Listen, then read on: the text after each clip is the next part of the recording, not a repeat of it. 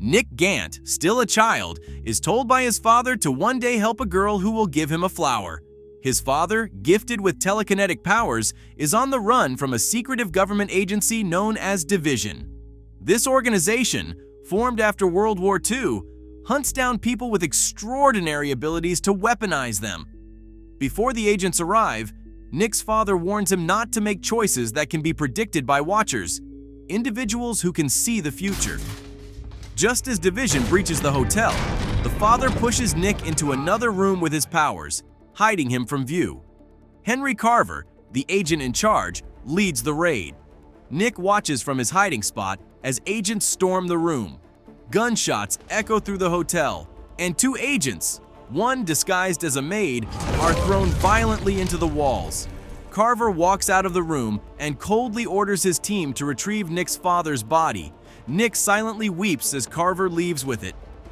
10 years later, Carver oversees an experiment involving a girl named Kira Hudson. She's injected with a serum meant to amplify her abilities, though the process could be fatal. Somewhere else in the facility, a woman drops a glass marble as she's escorted by nurses. Moments after the injection, Kira convulses and flatlines. A doctor approaches to confirm her death, but Kira suddenly springs to life and attacks. She snatches his security badge and a syringe before sprinting out. As alarms blare and the facility goes into lockdown, the glass marble rolls toward the exit, jamming the closing doors just in time for Kira to escape. Carver immediately instructs his right-hand man, Victor, to notify all the sniffs, trackers who can locate people through objects they've touched. Meanwhile, in Hong Kong, Nick wakes in his shabby apartment and practices moving dice with his mind. He's a mover. Hoping to win back money he owes, he heads to a park and tries to cheat at a dice game. He fails. Now $6,000 in debt, Nick is beaten and chased by angry men across the park. He limps home only to find two sniffs from Division waiting. They question him about a girl who's stolen something from them. After realizing Nick's been alone for a while, they leave, but not before warning that escape is pointless. Nick begins packing to flee and grabs his gun. But then, his phone rings. A strange voice tells him to put the weapon down and open the door. Confused, Nick complies. Suddenly, a 13-year-old girl barges in. She raids his fridge and takes out some leftover chicken, something she claims she saw in a vision. Introducing herself as Cassie, she tells Nick that she's here to help him recover $6 million. She reveals she's a second-generation watcher. She can glimpse the future, though she admits she's not very accurate. She's not. Cassie admits that her visions aren't always accurate. She often gets things wrong. Still, she insists the suitcase holding $6 million is in the possession of a girl currently being hunted by Division. Nick doesn't want any part of it. Even if the money is real, he refuses to get involved with Division. But Cassie remains certain. He's going to help, whether he wants to or not. She warns him that if they don't find the girl and the suitcase, something terrible will happen. Suddenly, Cassie gets a vision. She tells Nick they're being targeted, right now in the market. The two take off, but they're intercepted by a gang known as the Pop family. Pop father demands to know where the girl is, saying his daughter, a watcher, already saw Nick with her. Pop daughter points a gun at Cassie and coldly says she knows exactly how Cassie dies. Cassie, unshaken, throws Nick's gun at her attacker. Nick uses his powers to slam Pop father and his henchmen into a wall. He grabs Cassie and they run. They don't get far. A pair of bleeders, psychics who attack with high-pitched, glass-shattering screams, block their path. Their sonic assault causes windows and displays to explode around them. Meanwhile, Pop Girl gets another vision. Cassie and Nick are heading for a room full of fish tanks. She tells the bleeders to intercept them there. When they do, the aquariums burst from the sound waves. Water spills everywhere, and Cassie and Nick lose their footing. Nick yells for Cassie to run as one bleeder targets him with a scream. At the same time, Pop Girl sees a future image: Nick, Cassie, and the mysterious girl Kira. But she also sees Kira disappearing if Nick dies. She tells her father that if they kill Nick, they'll lose the girl. Elsewhere, Kira wakes up on a boat, dazed and disoriented. A man smoking a pipe ignores her questions. In the cabin, she spots two names written in lipstick on a mirror, 4100 and Nick. She compares the handwriting to her own and realizes she wrote it. That night, Cassie searches the city for Nick, using her visions. Eventually, she finds him recovering in the care of a stitch named Teresa, someone with the ability to heal tissue. Teresa heals Nick, explaining that she's only doing it because she owes Cassie's mother a favor. Once Teresa leaves, Cassie gives Nick a lotus flower. She reveals that Division imprisoned her mother, fearing they couldn't control her. Cassie shows Nick a drawing from one of her visions, a woman being dragged away by Division agents. It's the same girl with the suitcase. Cassie warns him the agents who came to his apartment will find her soon. Then she shows him another drawing, this one more grim. It depicts Nick and Cassie dead. She believes they'll both die chasing this girl. Her prediction comes true, at least in part. Division agents Mac and Holden catch up to Kira on the street. On the way to the airport, they stop at a cafe so Kira can use the restroom. Inside the stall, Kira uses her pusher abilities to implant a false memory into Mac's mind, convincing him that Holden murdered his brother. Furious, Mac storms out and shoots Holden in the back.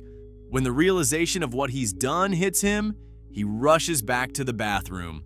Kira is waiting. She splashes soap in his eyes and makes a run for it. Mac grabs her, but she fights back, tearing off beads from her bracelet, scratching his head, and battering him with a metal bathroom sign until he drops. Kira knocks Mac out with a swift kick to the head, grabs his car keys and gun, and walks out of the bathroom. Meanwhile, Nick and Cassie are in a taxi. Nick quietly practices his mover abilities, lifting Cassie's sketchpad with his mind. He notices a drawing of a cocktail glass. Spotting what he assumes is an olive beside it, he tells the driver to head to a place called Club B. Cassie corrects him. It's not an olive, it's a bead. Nick suggests they find the actual bead and follow where it leads. Elsewhere, Mac hands Kira's beads over to Carver, claiming he remembers everything about the brother Holden supposedly killed. Carver, unimpressed, reminds him he never had a brother in the first place. He tells Mac his services are no longer needed and orders him to go home. Mac refuses. He swears he won't be manipulated by Kira again. In response, Carver gives him a cold challenge. If he's that sure, put the gun in his mouth and pull the trigger. Then, with a subtle push, Carver implants a false memory. Mac believes the gun is unloaded. Without hesitation, Mac shoots himself. Carver and Victor walk off through the alley, unfazed. Carver instructs Victor to scatter Kira's beads throughout the city, get them into the hands of every sniffin' watcher until she's found. At Club B, Nick and Cassie meet a shifter named Hook Waters, who can morph objects. They ask him to transform something into a bead so it can be tracked. Hook shifts an earring into a perfect imitation and tells them to bring it to a sniff named Emily. They head to Emily's place and show her the fake bead, but Emily already has one of the originals, distributed directly by Division. She sniffs both and tells them exactly where the girl is, Kwun Tong Pier. At the pier, Kira is trying to convince a couple to give her a ride using her powers. But just as she's about to get into the car, she hears Nick and Cassie approaching. Without hesitation, she fires a warning shot. Nick recognizes her immediately and asks if she's the one Division is after. Kira, furious, lashes out at him, not because he found her, but because he didn't try sooner. She thinks he abandoned her. Nick explains he thought she left on her own. She'd stopped returning his calls. As they walk together, Kira says Division is chasing the suitcase, but she has no idea what's inside it. Her memory of the past few days is gone. Nick suspects her mind was wiped to keep her location hidden. Still, she remembers him. Cassie pulls Nick aside. She says something has shifted in her vision. Her mother now appears in the scene where they both die. She pleads with him to leave Kira behind, arguing she's only making things worse. Cassie insists Kira doesn't have the suitcase and is dragging them into disaster. Nick disagrees. He believes they're close, and the suitcase is still tied to Kira. To protect her from being tracked, he proposes hiring a shadow, someone who can block her presence from sniffs. That night, they meet Pinky Stein, a shadow who charges $10,000 a day for his services. He guarantees that as long as Kira stays within 20 feet of him, no one will be able to track her. The three check into a cheap motel and wait, hoping Kira's memory will return. Cassie leaves to grab food. Pinky, sensing the tension, steps out too, giving Nick and Kira privacy. Nick paces the room nervously. Suddenly, Kira uses her powers to make him think the bathroom is on fire. When he rushes in and realizes it's just an illusion, he understands what she really wanted. He closes the door behind him. They fall into each other's arms. Outside the motel, Pop Girl approaches Cassie and coldly reminds her she knows exactly how Cassie will die. She flips open her sketchbook, revealing several drawings of a tiger, a symbol tied to Cassie's fate. Then she hints, there's still time to escape it, if Cassie leaves Hong Kong now. Back in the room, Cassie warns Nick that Kira is going to get all of them killed, including Pinky. When she mentions Watchers, Pinky interjects, reminding them that even shadows can't fully block foresight. It's only a matter of time before they're found. Nick decides they need to split up. To throw off their pursuers, he tells Kira to go with Pinky and promises he'll find her again soon. Cassie, passed out from drinking, stays behind. But not for long. She wakes from a sudden vision. Later, Pop Girl and the Bleeders arrive at the motel, but it's already empty. With Kira gone, Nick turns to Emily. He asks her to track Carver using the bead she previously sniffed. The trail leads him to a restaurant where Carver and Victor are eating. Without hesitation, Nick uses his telekinesis to aim guns at both of them. Carver isn't intimidated. He smirks and tells Nick that his watchers have already seen how it all ends. Nick and his allies die. He adds that Kira is dying too, and without another dose of the injection, she won't survive. Division is the only place she can get it. As Carver taunts him, Nick's control over the floating guns starts to falter. Victor seizes the opportunity and activates his mover abilities, wrenching one of the weapons away. Nick reacts fast. He slams a table into Victor, pinning him to the wall, then grabs another gun and makes a run for it as Victor opens fire. Nick dives and slides across the floor, returning fire, but Victor blocks each shot effortlessly. Nick tries another angle, telekinetically floating the gun toward Victor from behind. At the same time, Victor's weapon drifts toward Nick. But when Victor's gun reaches him, it's empty. Nick tries to retreat, but Victor slams him down with brutal force, smashing him into furniture and bouncing him off walls and the ceiling. Outside, Carver finds Cassie, drawing nervously. She pleads with him not to make her do anything, but Carver doesn't want to harm her. It could change the future, and he already likes what he sees. Cassie warns that killing Nick would ruin everything. With that, Carver heads back inside to stop Victor before it's too late. Back at the motel, Kira's condition is getting worse. Nick lies beside her and gently asks what's inside the suitcase. Kira answers, it's a psychic steroid, capable of amplifying their abilities. She's the only person who's survived the injection. Division wants her back. Cassie bursts in with a new drawing. In it, she sees herself holding Kira's shoe. When they inspect the actual shoe, they find a locker key hidden inside. As Kira's health deteriorates, they rush to Emily's to determine what the key unlocks. Kira warns them, Pop Girl will soon know their plan. She'll see it. Nick starts thinking, they need a way to act without Watchers predicting it. Emily determines the locker is shadowed. Cassie realizes she can't draw what's hidden, but sketches anyway. Her drawing reveals not just the locker, but an entire building under shadow protection. Meanwhile, Pop Girl meets with Teresa and asks for her help. Nick reflects on the constant death in Cassie's visions.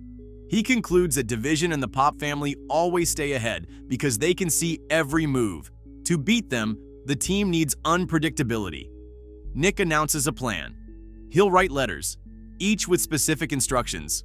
But the twist, No one opens theirs until the exact right moment. The last letter Nick writes is meant for himself. He instructs Pinky to locate the man who wiped Kira's memory, so Nick can have his own memory of the plan erased. Before that, Nick asks Cassie to draw precise sketches of the suitcase and the syringe.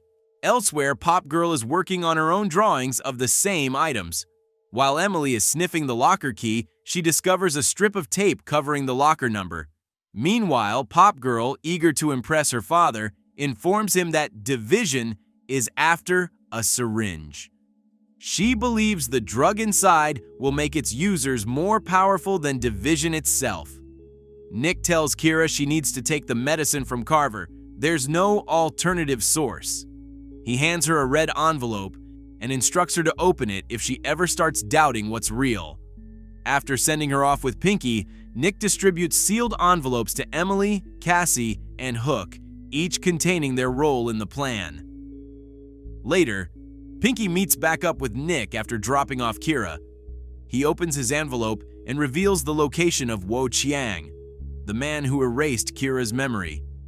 Nick asks Wo Chiang to wipe the last 2 hours from his mind so he won't remember anything about the letters or the plan. He leaves money on the table and tells him to open his own envelope once the job is done. At exactly 7:35, everyone begins reading their instructions. Nick gives Wo Chiang the signal to proceed with the memory wipe. In that moment, Pop Girl loses her vision of Nick's future. He's now completely off the map. Hook infiltrates the shadowed building disguised as a safety inspector. He heads straight to the lockers and opens his envelope. It tells him exactly which one to target, locker 4100. As he opens it, an old woman fires at him. He calmly explains that Kira sent him and that there's no longer any need to shadow the building. Hook retrieves the suitcase and returns to the motel. To avoid suspicion, he shifts a second suitcase to look identical to the one he just picked up. Meanwhile, Cassie delivers a suitcase to Nick's apartment and retrieves his hidden guns from a drawer. Nick wakes up from the memory wipe and opens his own envelope. It simply tells him, "Go home." When he arrives at the apartment, he finds the suitcase waiting, but he's not alone. Teresa is there. She attacks him. After opening the case and examining its contents, she hands it off to the pop bleeders. One of them prepares to unleash a scream, but Teresa stops him. Their sister wants Nick to suffer slowly. Nick spots the guns Cassie hid earlier. With a quick mental push, he aims them at Teresa and demands that she heal him. Later, the suitcase is delivered to Popfather. He opens it and finds what looks like the syringe. But the moment it reaches the client, it morphs into a bottle of soy sauce. Pop Girl isn't fooled. She tells her bleeder brothers the real syringe is hidden somewhere else, in a building. Meanwhile, Carver tries to administer an immunosuppressant to Kira, insisting it's the only way to save her. Kira refuses. Carver assures her he's not trying to harm her. In fact, he claims she's not a victim at all. She's actually a division agent who volunteered for the injection. He shows her her division ID and tells her she managed to evade them only because of her own training. Then he uses his ability, claiming he's helping her recover her true memories. Elsewhere, Cassie still fears her death is imminent. Nick advises her to walk, just walk, without thinking about where she's going. That way, no watcher will be able to track her. He tells her to hide the moment she feels she's found a safe place. Cassie enters the subway, stops at an intersection, closes her eyes, spins once and walks blindly into the unknown. Pop Girl follows her movements, tracking every step. Cassie ends up in the attic of a Chinese restaurant, where she sees boxes marked with a tiger logo, the same tiger from her death vision.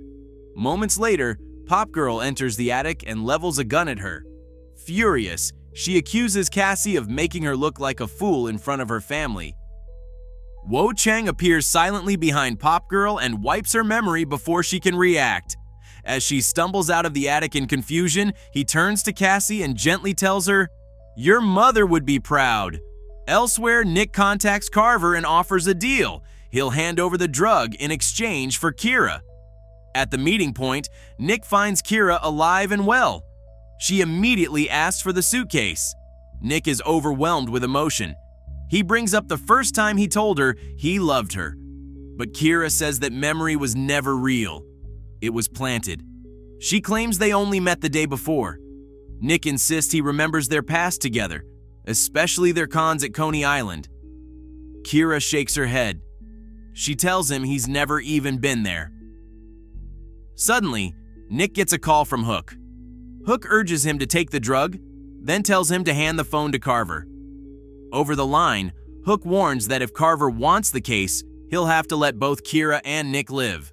Victor and Carver take Nick and Kira to retrieve the suitcase. When they arrive, Victor knocks Nick out and locks him in the trunk.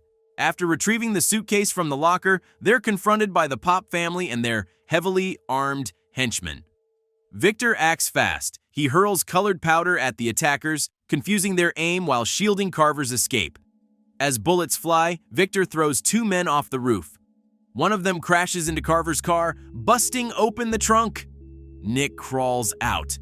Armed with two pistols, he sprints toward the lockers. He finds Kira being surrounded, but instead of attacking, the group protects her. She's using her abilities to manipulate their minds. Nick calls her name, but the group turns on him. Guns are raised. Before he can react, Victor slams into him, throwing Nick down a flight of stairs. The two clash violently. Bullets ricochet, but Victor deflects them all. They trade punches until Nick lands a hit that drops him. Then a bleeder bursts in, screaming at full force. Victor grabs a bamboo stick and stabs him through the neck, silencing the noise. Pop father, enraged by his son's death, unleashes a sonic scream that kills Victor instantly. Nick, ears bleeding, topples a scaffold onto Pop father, crushing him. Carver, watching from a distance, sees Kira still controlling the armed men. He praises her, impressed by how powerful she's become under the booster drug. He tells her to command the men to walk off the roof so they can leave undisturbed. But Nick steps in. He warns Kira. Carver is pushing her. She's not acting on her own will. Nick charges at Carver, but Carver catches him midair and psychically manipulates him into walking toward the edge. Just before he's forced to jump, Nick spins, grabs the syringe from Carver, and injects himself. Carver watches with satisfaction and calmly warns, "That'll kill you." Nick collapses in pain, convulsing until he passes out. After Carver and Kira leave the scene, Cassie arrives. She finds Nick unconscious and manages to wake him. She pulls the real suitcase out of a nearby trash bin and explains what happened. Division will stop at nothing to keep the drug from getting out. Cassie confesses she still doesn't know whether she'd trade the drug to get her mother back. Nick, still groggy, asks what he just injected. Cassie smirks. 9 Dragon soy sauce.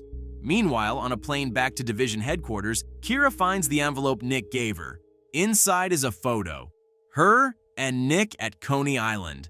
The memory was real. There's also a note, "Kill Carver."